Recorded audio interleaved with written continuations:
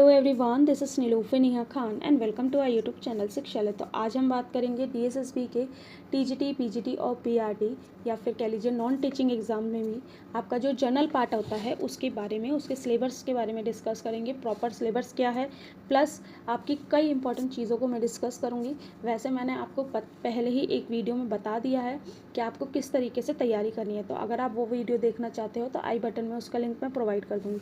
सबसे पहले आप इस चीज़ को याद रखिए कि पार्ट 1 का सिलेबस आपको बिल्कुल टिप्स पे, पार्ट 1 पार्ट 2 दोनों का ही सिलेबस आपको टिप्स पे लर्न होना चाहिए।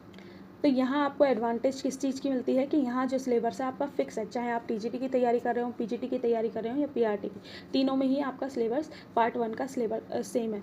लेकिन अगर हम बात करें सब्जेक्ट स्पेसिफिक की, तो वो आपका एक तो फिक्स नहीं है, दूसरी चीज़ कि कई चीज़ें आपको एक्स्ट्रा पढ़नी पड़ जाती है। तो इस चीज़ का ध्यान रखिए, यहाँ जो एडवांटेज मिल रहा है इस चीज़ को ज़्यादा से ज़्यादा आप इस चीज़ को यूज़ करेंगे। और जैसे कि मैंने आपको बताया है कि डीएसएसबी में आपका 2 पार्ट्स में एग्ज़ाम होता है। पहला होता है पार्ट 1, दूसरा होता है पार्ट 2। ठीक है, अब दोनों में ही 40% का क्राइटेरिया होता है पास होने का, यानी कि क्वालिफाई करने का। ओबीसी के लिए 35 होता है और एससी एसटी और पीडब्ल्यूएच के लिए आपका होता है 30%। ठीक है, यानी कि अगर हम बात करें तो जो जनरल कैटेगरी के कैंडिडेट हैं उन्हें 200 में से 80 नंबर तो हर हाल में ला के आने हैं, अगर उन्हें अपना सिलेक्शन चाहिए तो। यहाँ पर जैसे कि मैंने आपको बताया था कि एक चीज़ याद रखिएगा कि यहाँ पर अगर आप किसी एक पार्ट में भी फेल हो जाते हो तो यहाँ पर ये चीज़ें आपके लिए बहुत नुकसानदायक हो सकती हैं। क्यों? क्योंकि दोनों ही पार्ट्स में इक्वली आपको पास मतलब क्वालिफाई करना, मतलब 40% का क्राइटेरिया आपको फुलफ़िल करना पड़ेगा, तब आप सोचिएगा कि आपका सिलेक्शन होगा। ठीक है, इसके बाद अगर हम बात करें आपके सिलेबस के बारे में, तो सबसे पहले आपको पता होगा कि हम जो पार्ट 1 का हमारा सिलेबस है उसमें हम पढ़ते हैं 5 सब्जेक्ट। अब ये 5 सब्जेक्ट कौन कौन से होते हैं पहले ये जान लीजिए। ठीक है, पहला आपका हो गया मैथ्स, ठीक है, दूसरा आपका इंग्लिश हो गया, तीसरा हिंदी हो गया, चौथा आपका रीजनिंग हो गया और पांचवा आपका जीके या फिर इसे आप करंट अफेयर्स भी कह सकते हो। इसी में ही करंट अफेयर्स आ जाता है और इसी में ही हमारा जीए वाला सेक्शन भी आ जाता है, जनरल अवेयरनेस। ठीक है, तो ये 5 सब्जेक्ट आपको पढ़ने पड़ते हैं और इसके साथ ये पाँचों सब्जेक्ट के मार्क्स जो होते हैं वो आपके 20 मार्क्स का ये पार्ट आपका होता है। ठीक है, तो 20 मार्क्स का ये पार्ट होते हैं, जिसमें कि ओवरऑल जो आपका पार्ट 1 होता है वो 100 मार्क्स का होता है। ठीक है, और इसमें से आपको जैसे मैंने बताया 40% क्राइटेरिया होता है क्वालिफाई करने का। अब हम डिस्कस कर लेते हैं हमारे सिलेबस के बारे में। एक चीज़ याद रखिएगा, जैसे कि अभी हाई कोर्ट ने भी कहा है कि कंबाइन एग्जामिनेशन होगा या फिर पॉलिसीज़ को चेंज किया जाए, तो ये चीज़ याद रखिए, जितना भी चीज़ें चेंजेस हो रहे हैं वो आपकी बेहतरी के लिए हो रहे हैं और सबके लिए हो रहे हैं। तो प्लीज़ पैनिक ना हो किसी भी तरीके से, कोशिश करते रहें कि आपकी तैयारी अच्छी रहे, दैट्स इट। ठीक है, तो सबसे पहले हम डिस्कस करेंगे हमारे जनरल पार्ट के सिलेबस के बारे में, जिसमें कि करंट इवेंट्स, ठीक है, everyday matter, polity, constitution, sports, art and culture, geography, economics, everyday science, scientific history, research और इंटरनेशनल ऑर्गेनाइजेशन और इंस्टीट्यूशन। देखिए, एक चीज़ मैं आपको यहाँ पर क्लियर करना चाहूँगी कि जो आपका पार्ट 1 का सिलेबस है उसमें जीके वाला सेक्शन इतना बड़ा है ना कि आप चाहकर भी कुछ नहीं कर पाते। तो इसलिए ज़रूरी यह है कि थोड़ा सा चीज़ों को कंसाइज वे में करके चलेंगे तो इंशाल्लाह आप लोगों के लिए सिलेक्शन होने की पॉसिबिलिटी बढ़ जाएगी। तो सबसे पहले आप इस चीज़ को याद रखिएगा कि आपको किस तरीके से तैयारी करनी है। जो जनरल पार्ट है आप कितना भी जो आपका जीके वाला सेक्शन है कितना भी पढ़ ले, लेकिन कुछ ना कुछ छूट ही जाना। तो यहाँ पर आप क्या कर सकते हो, प्रीवियस ईयर को एनालिसिस करके प्रीवियस ईयर सॉल्व कीजिए। ठीक है, इसके बाद बात करें हमारे रीजनिंग वाले सेक्शन की, तो रीजनिंग भी आपका 20 मार्क्स का होता है, जिसमें कि आपका number series, blood relation, analogies, decision making, direction, mirror image, relationship, concept, similarities, difference, blood relation, concept, arithmetical reasoning, verbal and figure series.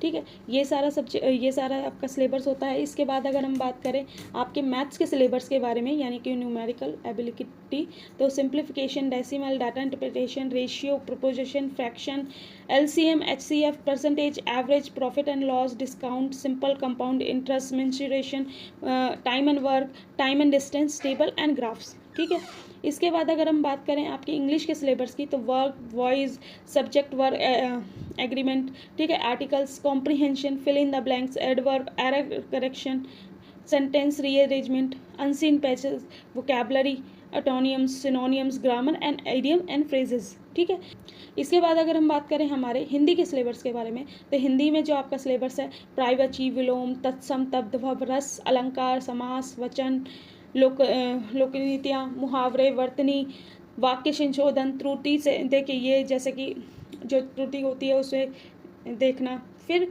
इसके बाद वाक्यांश के लिए शब्द और लिंक बदलना। ठीक है, तो यहाँ पर ये आपका सिलेबस हो जाता है पार्ट 1 का। मैंने सारा चीज़ें आपको बताई हैं, देखिए सारे सब्जेक्ट का सिलेबस बता दिया है। अब यहाँ पर एक चीज़ याद रखिएगा, आपको सिलेबस पता चल गया, आपको एग्ज़ाम पैटर्न पता चल गया। और देखिए अगर कई बच्चों को मेरे पास इस तरीके से क्वेश्चन आ रहे थे कि मैम हम 2 सब्जेक्ट्स में एलिजिबल हैं तो क्या हम फिल कर सकते हैं, तो ईजिली आप फिल कर सकते हैं, कोई परेशानी नहीं है। बस एलिजिबिलिटी क्राइटेरिया पहले ठीक से मैच कर लेना। ठीक है, वैसे DSSB में इतना डिफ़िकल्टी एलिजिबिलिटी क्राइटेरिया नहीं होता। ठीक है, बस इस चीज़ का ध्यान रखना कि यहाँ पर ज़्यादा से ज़्यादा अगर आप इसकी तैयारी करना चाहते हैं तो बुक्स में अगर मैं बताऊँ आपको तो सिर्फ प्रीवियस ईयर पेपर्स, बुक्स में आपका प्रीवियस ईयर पेपर्स जो हैं वो आपके सबसे ज़्यादा बेस्ट है इसके लिए, क्योंकि आपको यहाँ प्रैक्टिस पे ज़्यादा फोकस करना पड़ेगा हर हाल में। और बाकी स्ट्रैटेजी के से रिलेटेड आपके कोई भी डाउट हो तो आई बटन में एक वीडियो आपको मिल जाएगी जिसमें कि मैंने सारी चीज़ें डिस्कस करी हैं पार्ट 1 के बारे में, और बाकी सारी चीज़ें मैंने कोशिश की हैं कि सारी चीज़ें आप लोगों को अच्छे से प्रोवाइड कर दी जाएँ। लेकिन अगर कुछ रह गया होगा तो प्लीज़ आप कॉमेंट बॉक्स में कॉमेंट करना, मैं कोशिश करूँगी कि सारे आपके डाउट क्लियर किए जा सकें।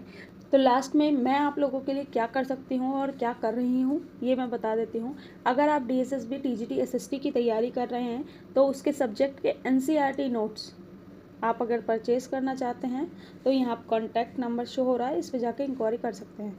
प्लस अगर आप DSSB, TGT, PGT या किसी भी सब्जेक्ट की तैयारी कर रहे हैं और जनरल पार्ट की तैयारी करना चाहते हैं प्रीवियस, तो अभी मैं कोशिश कर रही हूँ कि कुछ ऐसी टेस्ट सीरीज़ आप लोगों के लिए प्रोवाइड कर दी जाए जो कि प्रीवियस ईयर पेपर्स के अकॉर्डिंग हो, प्लस ताकि आपकी जो एग्जैक्ट आपको पता चल सके, जिसमें कि हम सारी टेस्ट सीरीज़ को कोशिश करेंगे कि आपको ज़्यादा से ज़्यादा उसमें टेस्ट प्रोवाइड करे जाएँ ताकि आपकी day by day performance increase हो सके। तीसरी चीज़, अगर आप DSSB, TGT, PGT या PRT किसी के भी एग्ज़ाम की तैयारी कर रहे हैं और DSSB की GK वाले सेक्शन की तैयारी कर रहे हैं तो उसमें हमारी एक बुक है, इसे आप परचेज़ कर सकते हैं। सबका ही लिंक मैं डिस्क्रिप्शन बॉक्स में प्रोवाइड कर दूँगी। प्लस आप हमारे एप्लीकेशन को डाउनलोड कर सकते हैं, धीरे धीरे मैं उसमें हर चीज़ ऐड करती जा रही हूँ, तो थोड़े पेशेंस के साथ मेरे साथ बने रहिए। मैं बस कोशिश कर रही हूँ कि आपके लिए हर चीज़ प्रोवाइड कर सकूँ। बस एक चीज़ याद रखिए, मैं अकेले सारी चीज़ें मैनेज करती हूँ, तो प्लीज़ थोड़े से पेशेंस रखते हुए मेरे साथ बने रहें। इंशाल्लाह मैं आप लोगों के लिए बेहतरीन चीज़ें प्रोवाइड करूँगी। थैंक यू फॉर वॉचिंग, और कोई डाउट हो तो कमेंट करना। Thank you for watching.